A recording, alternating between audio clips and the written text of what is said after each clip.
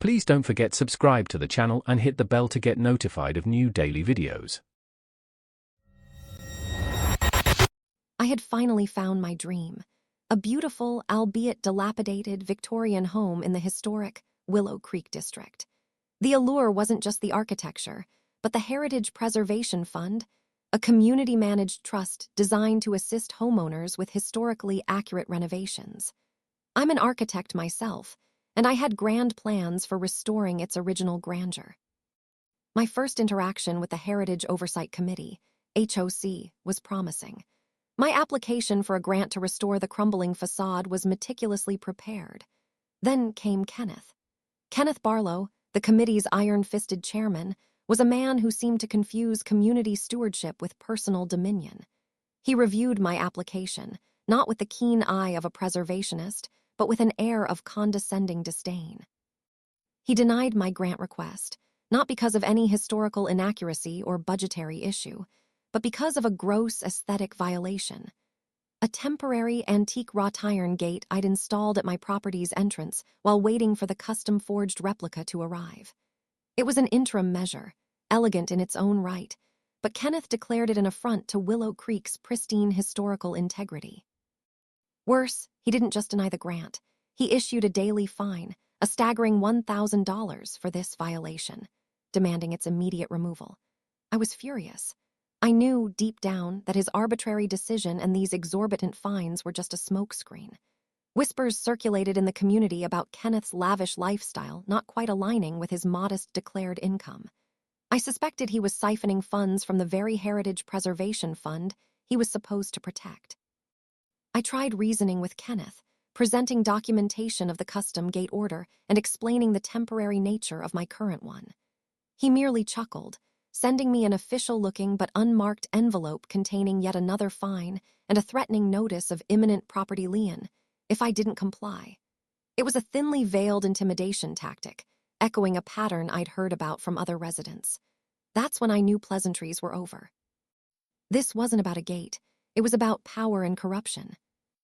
I called Amelia Thorne, an attorney specializing in community property law whom a colleague had recommended. I laid out my case, showed her Kenneth's menacing letters, and shared my suspicions about the fund. Amelia listened intently. "Reese," she said, using my professional name, "this isn't just harassment. This smells like embezzlement. We need to dig into their bylaws, the HOC charter, and every financial record they're legally obligated to provide." My plan was simple yet daunting. Expose Kenneth's financial malfeasance, remove him from his position of power, and ensure he paid for every penny he'd stolen. The next few months were a blur of meticulous research and strategizing. Amelia, with her sharp legal mind, guided me through the labyrinthine bureaucracy of the HOC charter.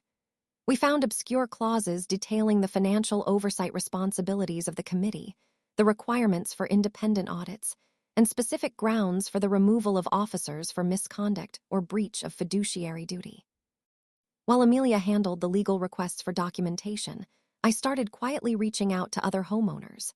Many had similar stories: denied grants, arbitrary fines, or vague explanations for significant increases in their annual community contributions.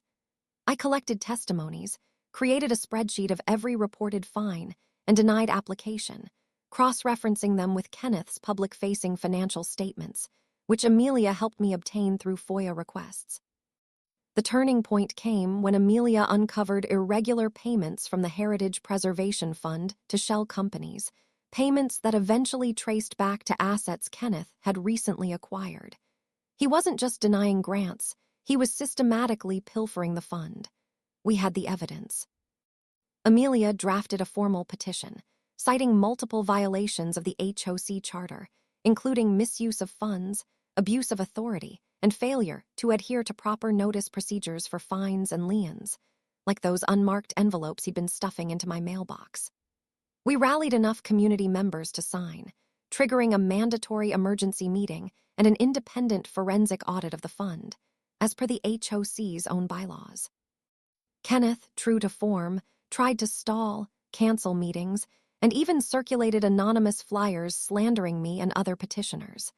But his tactics only fueled the community's outrage.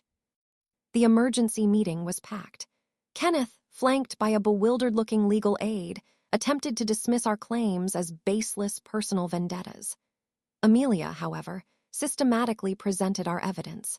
The irregular transactions, the fabricated fines, the testimonies of aggrieved homeowners, and the undeniable breach of his fiduciary duties. The independent audit, which had been completed in record time due to the overwhelming evidence we provided, confirmed our suspicions. Kenneth had embezzled over $250,000 from the Heritage Preservation Fund over 5 years. The vote of no confidence was unanimous. Kenneth was immediately stripped of his chairmanship and banned from any future involvement with the HOC.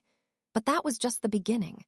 The district attorney, alerted by Amelia, launched a criminal investigation. Kenneth's personal assets, his luxury car, a vacation cottage I knew he'd purchased recently, were frozen and eventually seized to begin repaying the stolen funds. His reputation in Willow Creek, a community built on trust and heritage, was shattered.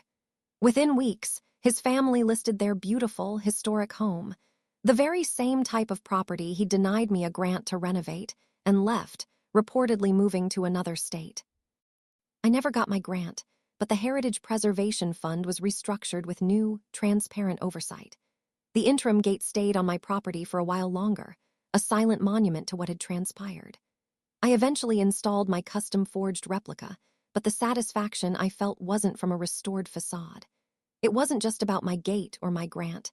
It was about protecting our shared heritage from a man who saw it only as his personal piggy bank, and watching him lose everything. That was the sweetest restitution.